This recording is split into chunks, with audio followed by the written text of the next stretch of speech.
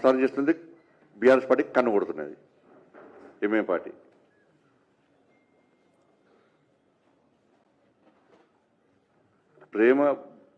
ప్రేమ బంధం అంటే దానికి ఒక మంచి ఆలోచన, ఒక అర్థం ఉంటుంది దానికి. కానీ అక్రమ బంధం అనేది ఎప్పుడు ఉండదు, మధ్యలో నాశనం అయిపోతుంది అది. ప్రేమ బంధానికి అక్రమ బంధానికి తేడా తెలుసుకోవాలి మనం. కాబట్టి వీళ్ళ ముగ్గురిది అక్రమ బంధం.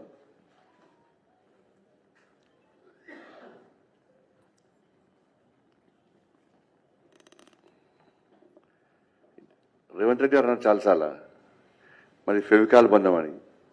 నేను అంటున్నా మీది బీఆర్ఎస్ది ఎంసీల్ బంధం. ఫెవికాల్ అంటే కేవలం వైట్ ద్రవ పదార్థమే అది. ఎంసీల్ అంటే రంగురంగులతోని ప్లాస్టిక్ పైపులను అంటు పెట్టచ్చు, ఐరన్ పైపులను అంటు పెట్టచ్చు, అంత ఎంసీల్ బంధం. ఎం అంటే ఎంఏ పార్టీ, ఆ బంధం వీళ్ళది. వీళ్ళ బంధానికి బీఆర్ఎస్ పార్టీ కాంగ్రెస్ పార్టీ బంధానికి అనుసంధానమే ఎంఐఎం పార్టీ. ఎందుకు చెప్తున్నా అంటే కరీంనగర్లో ప్రజలందరూ ఆశీర్వాదంతో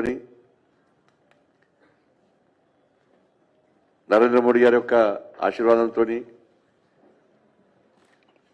అభ్యర్థుల కష్టము, మా కార్యకర్తల యొక్క కష్టార్జితం ఫలితంగా ఈ భారీ విజయాన్ని భారతీయ జనతా పార్టీ సాధించింది.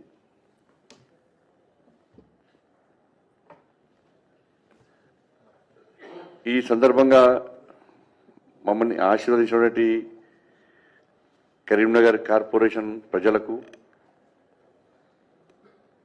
ప్రత్యక్షంగా పరోక్షంగా సహకరించినటువంటి అందరికి కూడా హృదయపూర్వక ధన్యవాదాలు తెలియజేస్తూ, కష్టపడి పనిచేసిన కార్యకర్తలకు, గెలిచిన అభ్యర్థులందరూ కూడా మరొక్కసారి హృదయపూర్వక శుభాకాంక్షలు తెలియజేస్తా ఉన్నాను, అభినందన తెలియజేస్తా ఉన్నాను.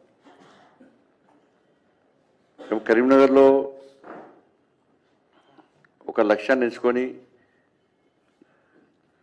ఈ ఘన విజయాన్ని సాధించడం జరిగింది. మ్యాజిక్ ఫిగర్ దాటినాం ఆల్రెడీ మేము.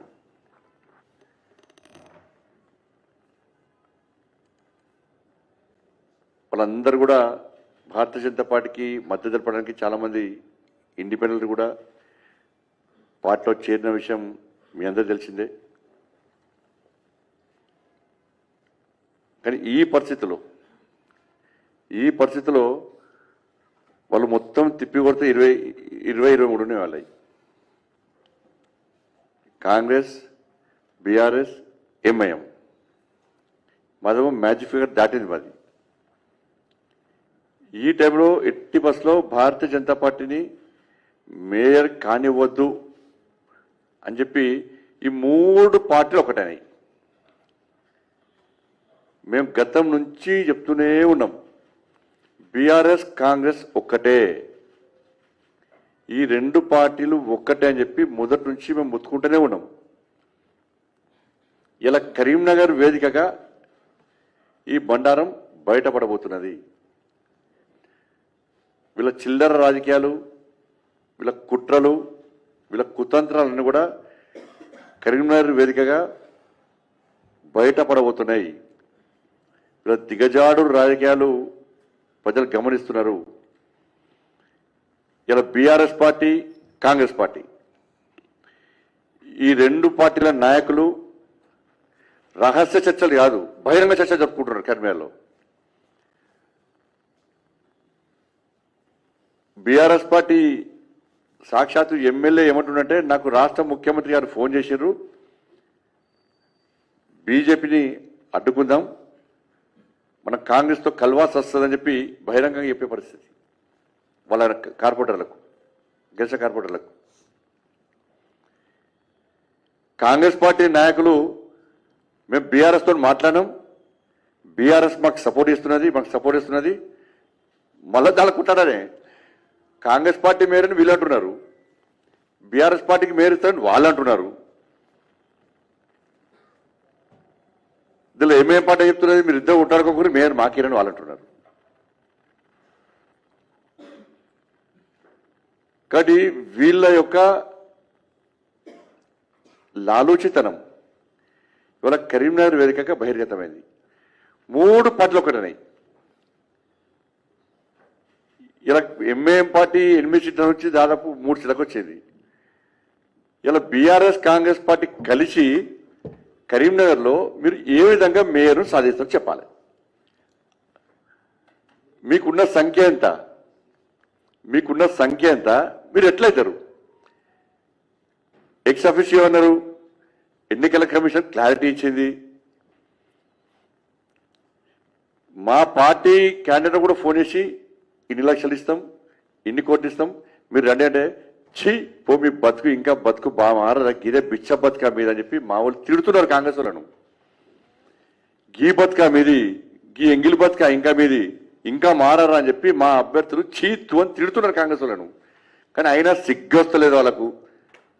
సిగ్గురు లేకుండా ఇంకా ఈ చిల్లర పాలిటిక్స్ ఇంకా చేస్తే ప్రయత్నం చేస్తున్నారు. నేనేమంటున్నానంటే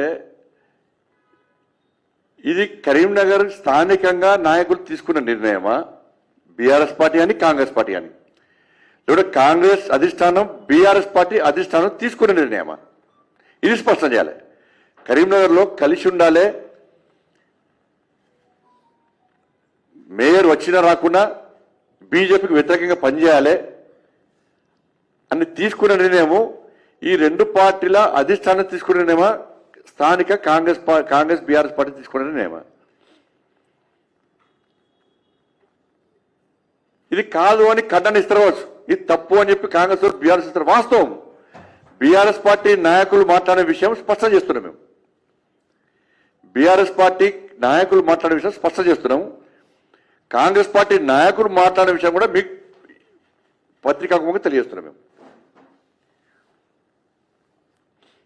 ఫోన్ ట్యాపింగ్ కేసు అరెస్ట్ లేదు, డ్రగ్స్ కేసు అరెస్ట్ లేదు, ఈ ఫార్ములా కేసు అరెస్ట్ లేదు, కాళేశ్వరం కేసు అరెస్ట్ లేదు, ఫామ్ హౌస్ కేసు అరెస్ట్ లేదు. ఇవి అరెస్టులు లేనప్పుడే మేము అనుమానాన్ని వ్యక్తం చేస్తాం.